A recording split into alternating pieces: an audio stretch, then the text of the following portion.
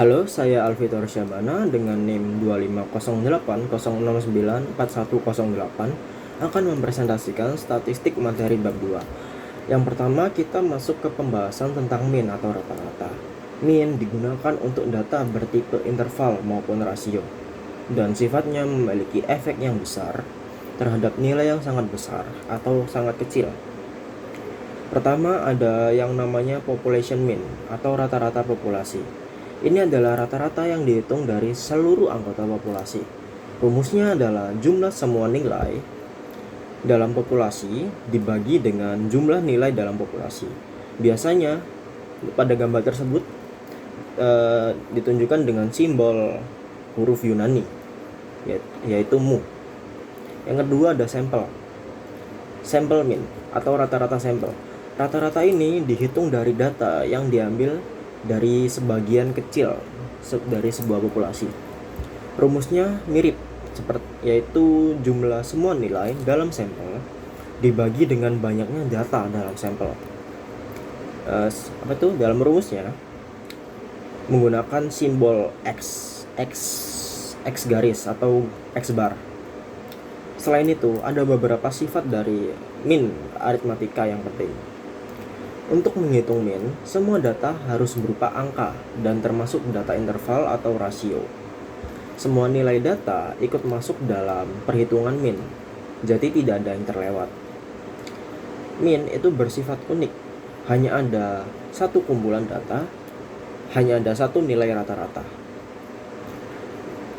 Jumlah simbangan tiap data terhadap mean selalu bernilai 0 kalau dijumlahkan, seperti pada gambar tersebut.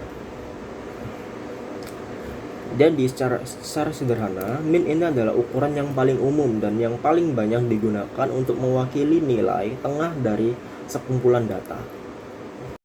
Saya Ayunda Rahmadiana Putri dengan NIM 25080694017. Median. Median itu adalah nilai yang letaknya di tengah dari suatu data setelah data tersebut diurutkan dari yang paling kecil atau minimum sampai yang paling besar atau maksimum. Dan jika jumlah datanya ganjil, maka mediannya adalah nilai yang ada pas di tengah. Sedangkan jika jumlah datanya itu genap, maka mediannya adalah rata-rata dari dua nilai yang ada di tengah. Perkenalkan, saya Fania Ainanda dengan NIM 25080694111. Saya akan menjelaskan mengenai modus dalam statistik. Modus adalah nilai yang paling banyak muncul atau memiliki frekuensi tertinggi. Modus berguna untuk data nominal, contohnya bisa dilihat dari gambar di PPT ini. Dari 5 minyak mandi, yang paling banyak dipilih responden adalah Lamor, sehingga Lamor adalah modus. Oke, selanjutnya yaitu tentang posisi relatif, mean, median, dan mode. Posisi relatif ini menunjukkan adanya pemusatan data dari perhitungan suatu data baik dalam nilai mean, median, dan mode yang didapatkan. Yang pertama ada posisi relatif simetris atau zero skewness. Kondisi ini bisa terjadi apabila antara nilai mean, median, dan mode yang dihasilkan dari suatu data sama, yaitu berada di titik tengah data. Bisa dilihat dari grafik yang ada di slide. Apabila grafik tersebut dilipat akan menghasilkan bentuk yang simetris. Yang kedua yaitu non-symmetrical atau tidak simetris. Ada dua jenis. Yang pertama adalah positively skewed atau miring ke kanan. Data ini bisa terjadi apabila dalam suatu data ada nilai yang tinggi ekstrim atau nilai yang besarnya jauh dibandingkan nilai rata-rata lain, yang akibatnya menghasilkan nilai mean yang lebih tinggi daripada nilai median dan modenya. Akibatnya diagram dari data tersebut akan lebih condong ke sebelah kanan. Yang ketiga, slide selanjutnya yaitu non-symmetrical negatively skewed atau miring ke kiri. Jadi diagram Posisi relatif seperti ini adalah kebalikan dari positively skewed, yang dimana nilai rata-rata adalah yang paling kecil daripada median dan mode.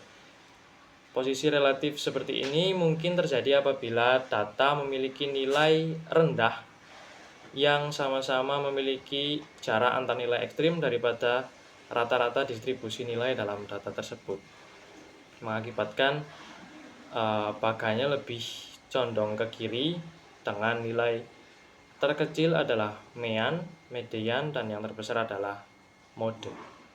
Terima kasih. Dot plot menyajikan distribusi data kuantitatif menggunakan titik-titik yang ditempatkan pada garis bilangan. Setiap titik mewakili satu nilai data. Cocok digunakan untuk data dengan frekuensi yang kecil. Bisa dilihat contoh berikut.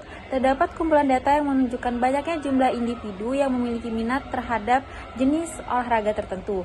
Di sini terdapat 6 orang yang memiliki minat terhadap badminton, 2 orang yang memiliki minat terhadap tenis, 5 orang yang memiliki minat terhadap soccer, 1 orang yang memiliki minat terhadap ice hockey, dan 3 orang yang memiliki minat terhadap basketball. Lalu di sebelah kanannya ini adalah hasil distribusi data dot plotnya. Di sini di bagian badminton terdapat 6 titik, artinya terdapat 6 orang yang memiliki minat terhadap olahraga ini.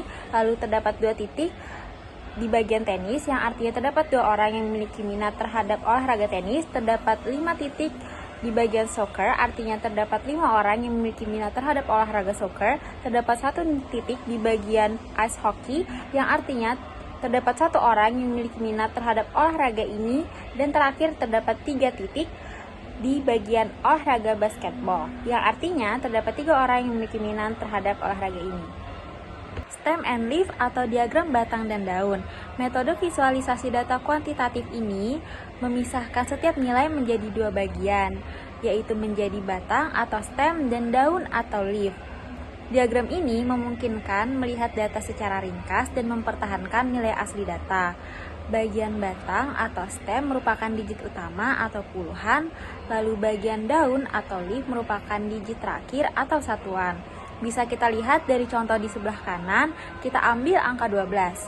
Di angka 12 kita akan memisahkan 2 angka itu menjadi angka 1 dan angka 2. Angka 1 akan diletakkan di sebelah kiri atau diletakkan di bagian stem atau batang. Lalu angka 2 akan diletakkan di bagian leaf atau daun.